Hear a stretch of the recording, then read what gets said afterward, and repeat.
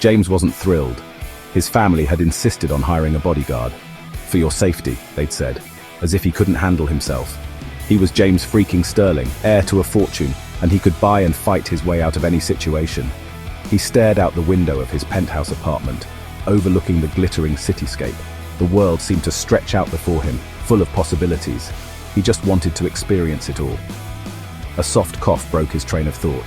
James turned around to see a man, tall and broad-shouldered, standing by the door. He had sharp, watchful eyes and an air of quiet strength. "This must be the bodyguard. You Ronnie?"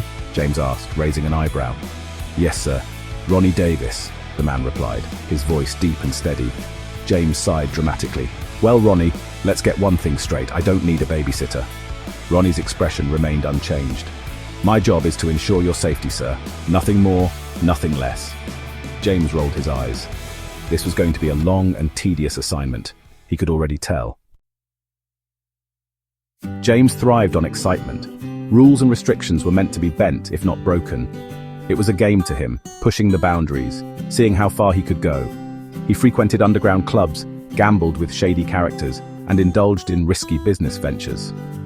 "This is a bad idea," Ronnie said, his voice low as James dragged him towards the back entrance of a notorious underground club. "Relax, Ronnie.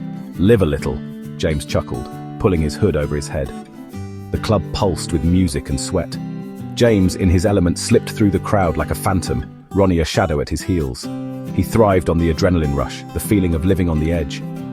"I'm always aware of my surroundings, sir," Ronnie said, his hand subtly resting near his concealed weapon. James just smirked, already lost in the beat of the music. He didn't notice the pair of eyes watching him from the shadows, a glint of malice within them. The first blow caught James off guard. He stumbled back, disoriented, as a group of men surrounded him. He hadn't even seen them coming. They were probably enforcers for one of his rivals, someone he'd outsmarted in a business deal. He fought back, adrenaline surging through him, but they were too many, too strong. Suddenly, Ronnie was there, a whirlwind of motion.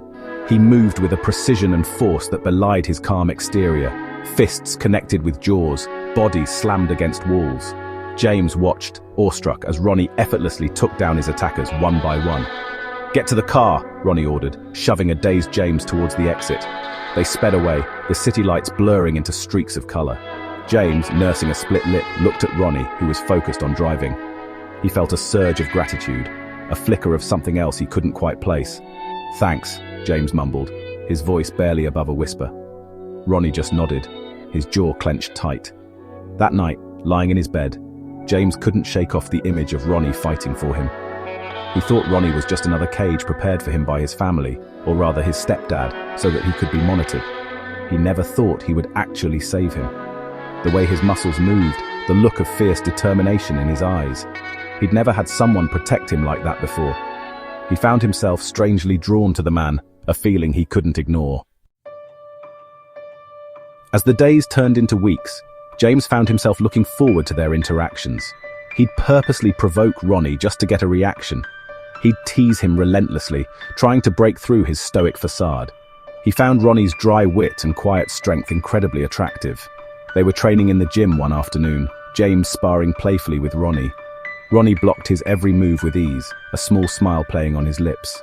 "You're getting slow, Ronnie," James teased, throwing a playful punch. Ronnie caught his fist effortlessly, their eyes locking for a moment. James felt a jolt run through him, a strange mix of excitement and nervousness. He pulled away, flustered. "Just distracted, sir," Ronnie said, his voice husky. That night, James found himself unable to sleep. He couldn't stop thinking about Ronnie's eyes. He knew he has been attracted to Ronnie, but he also knew that nothing would come from these feelings. Although they spent so much time together, James knew he could never fully trust someone who was set by his stepdad to monitor him. James started to pull back. Daily bickering and teasing came to an end. James seemed to either work or just went to his room. Ronnie felt something was off. He unexpectedly started missing those moments. After a week of this charade, he finally pulled James to a corner before he could go back in his room. "Sir, did I do something wrong?" he asked. James was taken back, as he never thought this stoic muscle pig would ever feel. "No," he said, and tried to go inside. He couldn't stand there. He has been too emotional these days. For once in this life, he had spent time with someone who was there, not because he spent money on them, and he caught feelings for that certain someone. Before he could go, Ronnie blocked his path. "Then why are you ignoring me?" James was shocked, and he realized that Ronnie was drunk. Ronnie's eyes seemed to see right through him. "I am not, and who are you to question me? Aren't you here just to report my movements to my dear old dad? Go for it. What else could be there between us?" James couldn't control his anger, disappointment and feelings anymore and blurted out, "It's not like you could actually care about me, right?" James asked with so much pain, Ronnie felt an ache in his heart. Ronnie couldn't control and leaned in for a kiss. James was shocked, but obliged. The night went in a blink, and when James woke up, he found a heavy weight on him. He was reminded of last night. He had a heavy heart, thinking how Ronnie would react after sobering up. He didn't want to face that. He tried to sneak, but Ronnie was not having it. He embraced him tightly. "Not so soon, baby. Let's take a nap longer. We have a long journey ahead today." James forgot to breathe. He was smothered by a muscle giant who just called him what? Seeing him shocked, Ronnie attacked him with kisses. "I am the one who was drunk. You took advantage of me. Take responsibility now, won't you?" Ronnie asked. James came out of daze and met with sincere eyes. All he could do was nod. "Then, let's get ready." Ronnie got up, picked James and went to shower. Let's just say James had a sullen face after being bullied so much, only till he was met with his favorite food and a question. "Do you want to keep working for your stepdad, or do you want to become my partner in business? Not to mention, even if you decide to stay, you already are the boss at my company, being my partner." James was quick. "You have a company?"